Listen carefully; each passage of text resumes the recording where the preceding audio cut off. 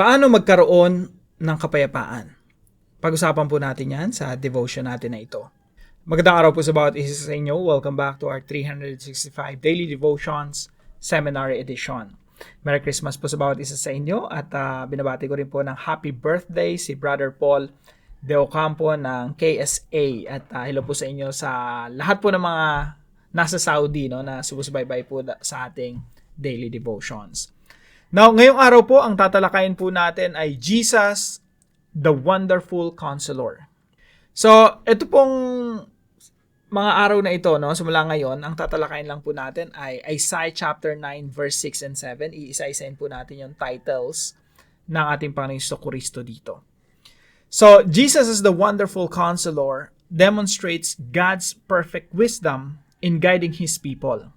He provides insight that surpasses human understanding, offering direction in every area of life, especially when facing trials and uncertainties. His guidance is rooted in His sovereign authority and unfailing love, ensuring that His counsel leads to righteousness and life. He brings clarity to decisions and hope to hearts that trust in Him. Sabi po sa Isaiah chapter 9, verse 6 and 7, "For to us a child is born, to us a son is given, and the government will be on His shoulders, and He will be called Wonderful Counselor." Hanggang dyan lang po muna tayo. Bukas na po yung mga susunod na mga titles, Sa Tagalog po, sapagkat sa atin ay pinanganak ang isang bata, sa atin ay binigay ang isang anak na lalaki. At ang pamamahala ay maaatang sa kanyang balikat, at ang kanyang pangalan ay tatawaging kamanghamanghang tagapayo. Wonderful Counselor. So, tingnan po natin sa Hebrew. Sabi po rito, Ki Yeled Yulad Lanu Ben Nitan Lanu Vatihi Hamishra Al Shikmo Vayikra Shimo Pele Yoetz. So, ito pong aaralin natin kasi pwede pong, yung Wonderful Counselor, pwede pong magkahiwalay ito yung Pele at Yoetz. Pero dito po sa devotion natin, I believe, magkasama sila. So, Wonderful Counselor. Now, pag inaral po natin yung Counselor, tingnan po natin. Pag inaral po natin yung Yaats, ito po ay may kinalaman sa guidance, pagiging counselor, pagbibigay ng consultation, advice. So, yan po yung title ni Jesus, Wonderful Counselor. Pele, Yoetz. So, sabi po rito sa Isaiah chapter 9, verse 6. Tandaan po natin, this is about the coming of the Lord Jesus Christ, the birth of the Lord Jesus Christ. So, sa kapanganakan ng ating Panginoong Jesucristo, yung pamamahala, yung paggugobyerno ay iaatang sa kanyang balikat, Iaatang sa balikat ng ating Panginoong Jesucristo.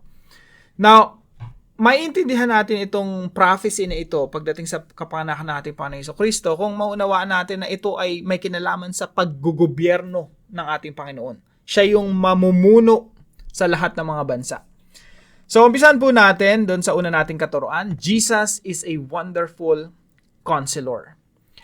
Now, yung Wonderful Counselor, wag po nating isipin na parang counselor yan na mahingi ka ng advice, Uupo ka, tapos andyan yung counselor mo, mag-uusap kayo, mag-ano kayo ng sama ng loob, at bibigyan kanya ng mga payo, Bagamat, of course, applicable naman yun, sa ating relasyon sa Panginoong Jesucristo, pero, etong mga talata na ito, it's more than that. May kinalaman po ito sa paggugobyerno. Yung Wonderful Counselor, para mas maintindihan natin siya, para po siyang, isipin niyo po yung king na napakatalino, napakagaling, napakarunong, at lahat ng mga tao ay humihingi ng advice nitong hari na ito. Wonderful Counselor, humihingi ng gabay. So, para po siyang si Solomon. Okay? By the way, ito pong Isaiah chapter 9 verse 6 and 7, ito po ay pangako na mula sa lahi ni David. Kaya po sabi dito, He will reign on David's throne.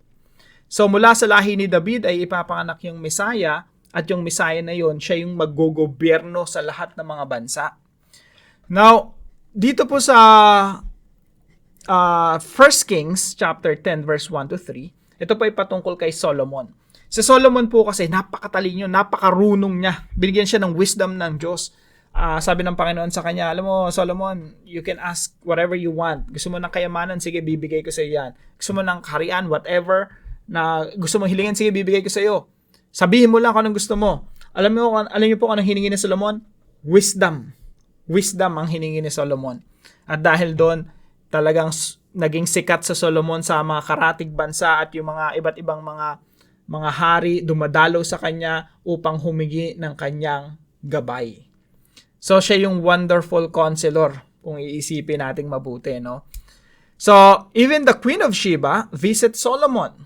So, anong gustong malaman ni Queen of Sheba? Kung gaano karunong si Solomon. So, sabi nga rito, when the Queen of Sheba heard about the fame of Solomon and his relationship to the Lord, she came to test Solomon with hard questions. Ititest niya si Solomon ng napakahihirap na mga tanong.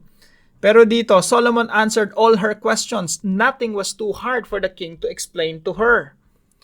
And then sa ibang mga talata, sabi dito, from all nations, people came to listen to Solomon's wisdom, sent by all the kings of the world who had heard of his wisdom. So si Solomon po rito, pag sinabi kasi nating wonderful counselor, parang naisip natin, counselor, tagapayo lang yan, tagapayo ng, ng mga hari. Pero hindi po ganun yung si Jesus eh. Siya yung hari na nagbibigay ng payo sa mga iba pang mga hari, sa ibang mga tao. So ito po parang si Solomon, no? Siya yung hari na nagbibigay ng payo sa ibang mga hari. Siya yung wonderful, kamanghamanghang tagapayo. Now, si Solomon po, mga kapatid, ay larawan lang ni Jesus. Kumbaga, si Solomon parang anino lang ng ating Panginoong Jesucristo. Sabi nga po rito sa Matthew chapter 12 verse 42, ang reyna ng timog, the queen of the south, si Sheba, ay tatayo sa paghukom na kasama ng lahing ito at hatulan niya ito sapagkat nanggaling siya sa dulan ng daigdig upang makinig sa karunungan ni Solomon. Napakinggan niyo po ito mga buti, baka masyado akong mabilis, no? Kasi may klila yung devotion natin. Pero gusto kong ma-gets natin tong point ni Jesus. Si Jesus po yung nagsasalita rito sa Matthew. Sabi niya, at masdan ninyo, may isang higit na dakila kaysa kay Solomon ang narito. So sinasabi ni Jesus Christ, siya yung greater Solomon. Siya yung dakilang tagapayo. Siya yung pinupuntahan ng mga tao for advice. Siya yung hari ng mga hari na nagbibigay ng gabay. So, pagdating po rito sa Isaiah chapter 9 verse 6, pag sinabi nating wonderful counselor, dito po yung point number 2 natin, no? Siya po yung nagdadirect sa mga nations. Nagbibigay ng direction sa lahat ng mga bansa, parang si Solomon. So, point number 2, Jesus directs the future of the nations. Alam niyo po si Jesus Christ, nung pinanganak siya, itatatag niya yung kaharian ng Diyos dito sa lupa. Kaya sabi rito, ang pamamahala ay maatang sa kanyang balikat. Ano pong resulta niyan? Pag tinanong mo si Isaiah, sasabihin agad sa ni Isaiah, justice will prevail on earth. The world will become better. The world will become peaceful. Mas magiging mapayapa ang mundo. Why? Because the government is upon the shoulders of the Lord Jesus Christ. Jesus directs the future of the nations. Alam niyo po yung church, ginagamit ni Jesus Christ yan. Umaabante yung church eh. Dumadami yan eh. Asahan niyo po lahat ng mga bansa sa mundo, mapupuno yan ng mga mananampalataya. Someday in the future, yung mga leaders ng mga bansa ay mga mananampalataya tagasunod ni Kristo. Kaya ang kasaysayan natin ay mas magiging mapayapa.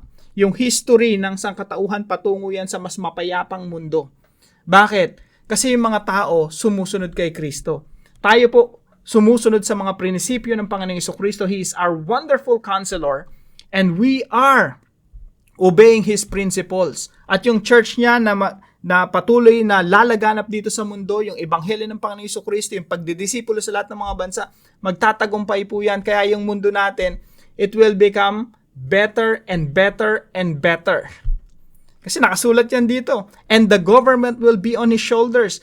Verse 7 pa nga, sabi dito, of the greatness of His government and peace, there will be no end. Kailangan lang talaga nating panampalatayahan na magtatagumpay ang paggugobyerno ng Panginoon Jesucristo dito sa mundo. Jesus directs the future of the nations. At pangatlo po, Jesus settles disputes for many people. Sa inyo po matatagpuan yan, Isaiah chapter 2. So, meron po tayong devotion patungkol po yan ng Isaiah chapter 2. At yung mundo natin, mas magiging mapayapa. Habang dumadami yung mga Kristiyano, habang umabante ang Ebanghelyo, mas magiging mapayapa ang mundo.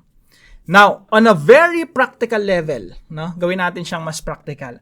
Paano natin ito i-apply sa ating mga buhay?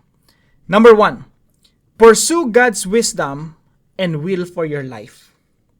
Si Jesus po, siya po yung ating hari and He is our wonderful counselor. May mga principles po siya na dapat nating sundin. Iyon po ang magsisilbing gabay sa atin. Tayo mga Kristiyano, mga tagasunod ng ating Panginoon Jesucristo, we pursue God's wisdom. Gusto natin yung karunungan ng Diyos when we make decisions, dapat biblical. Tandaan po natin, pag gagawa ka ng decision, dapat biblical. Kung ano yung guidance ng Biblia, yun ang ginagawa nating pamantayan. So we pursue God's will, God's wisdom and will for your life. Lagi nating tinatanong, Lord, ano ba yung kalooban mo sa buhay ko? Yun ang susundin ko. Yun ang gagawin ko. Now, paano natin malalaman ang kalooban ng Diyos sa ating buhay? Point number 2. Pray for God's peace to confirm His will. Paano mo malalaman ang kalooban ng Diyos sa iyong buhay? Ipanalangin mo na bigyan ka ng kapayapaan ng Diyos. Halimbawa, may nanliligaw sa iyo, Lord, ito ba talagang lalaki na to ang para sa akin? Naguguluhan ako, puging-pugi ako sa kanya, gwapong-gwapo ako sa kanya, pero parang mayroong pangit na ugali, no? Hingin mo sa Panginoon yung peace. Pag hindi ka binigyan ng Diyos ng kapayapaan, wag yun. Hindi yun para sa iyo, no? Kasi ang kalooban ng Diyos, lagi yang may kalakip na kapayapaan. Kahit na hindi ko sigurado sa desisyon mo, pero bigyan ka ng kapayapaan ng Diyos, kalooban ng Panginoon yun. Tandaan natin, ang kalooban ng Diyos, laging may kalakip na kapayapaan. Kaya pag meron kang desisyon na gagawin, pag-pray mo, Lord, give me peace. Kung kalooban mong pumunta ako sa ibang bansa, so be it, give me peace. Kasi kapag binigyan ka ng kapayapaan ng Panginoon, kahit hindi mo alam kung ano mangyayari sa ibang bansa, dahil may kapayapaan ka ng Panginoon, alam mo na kalooban ng Diyos yun para sa iyo. So pray for God's peace to confirm His will. Hingin natin yung kapayapaan sa ating Panginoon. So kahit anong desisyon na gagawin natin, minsan kasi pag may 2-3 options tayo, ang gulo-gulo ng isip natin. Ang gulo-gulo ng puso natin, hindi natin alam kung anong gagawin. Lagi nating hingin, Lord, kung anong kalooban mo, yun ang gagawin ko. But give me peace. Bigyan mo ako ng kapayapaan sa desisyon na yun. Point number 3. Protect relationships through peacemaking.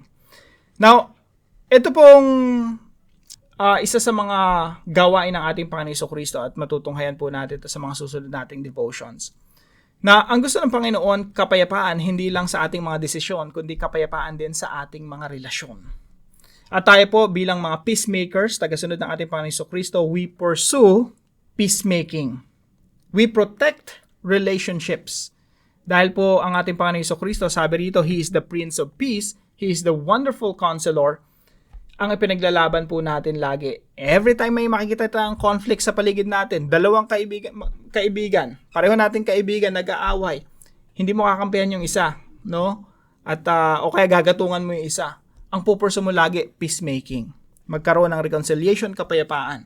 Sa mga anak natin, kaibigan, churchmates, ikaw ang gagamitin ng Diyos para magkaroon ng reconciliation because you are representing the Lord Jesus Christ. Tandaan mo, si Jesus Christ, He is our wonderful counselor. Pag siya'y nagbigay ng counsel, ang resulta lagi, peacemaking. So, ang gusto ng ating Panginoon, magkaroon tayo ng peace of heart, peace of mind, and peace in terms of relationship. Kaya po yung tanong natin, why does following Jesus, our wonderful counselor, give you peace of mind? At tayo po'y manalangin. Father, thank you for sending Jesus, the wonderful counselor, to lead and guide me in all areas of my life. Teach me to trust His wisdom when I feel uncertain or overwhelmed. Help me seek His counsel through scripture and prayer, and obey His direction with humility and faith. Lord, teach me to surrender my own wisdom to the wonderful counsel of Jesus. I am weak. He is strong. I am foolish. He is all-wise in all He does. I commit my decisions to You. Please give me peace of mind and heart. In Jesus' name I pray. Amen and amen.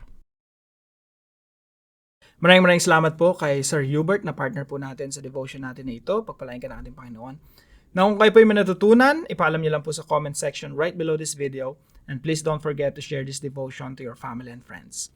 God bless you po. See you po tomorrow 5 a.m. dito sa ating Daily Devotions.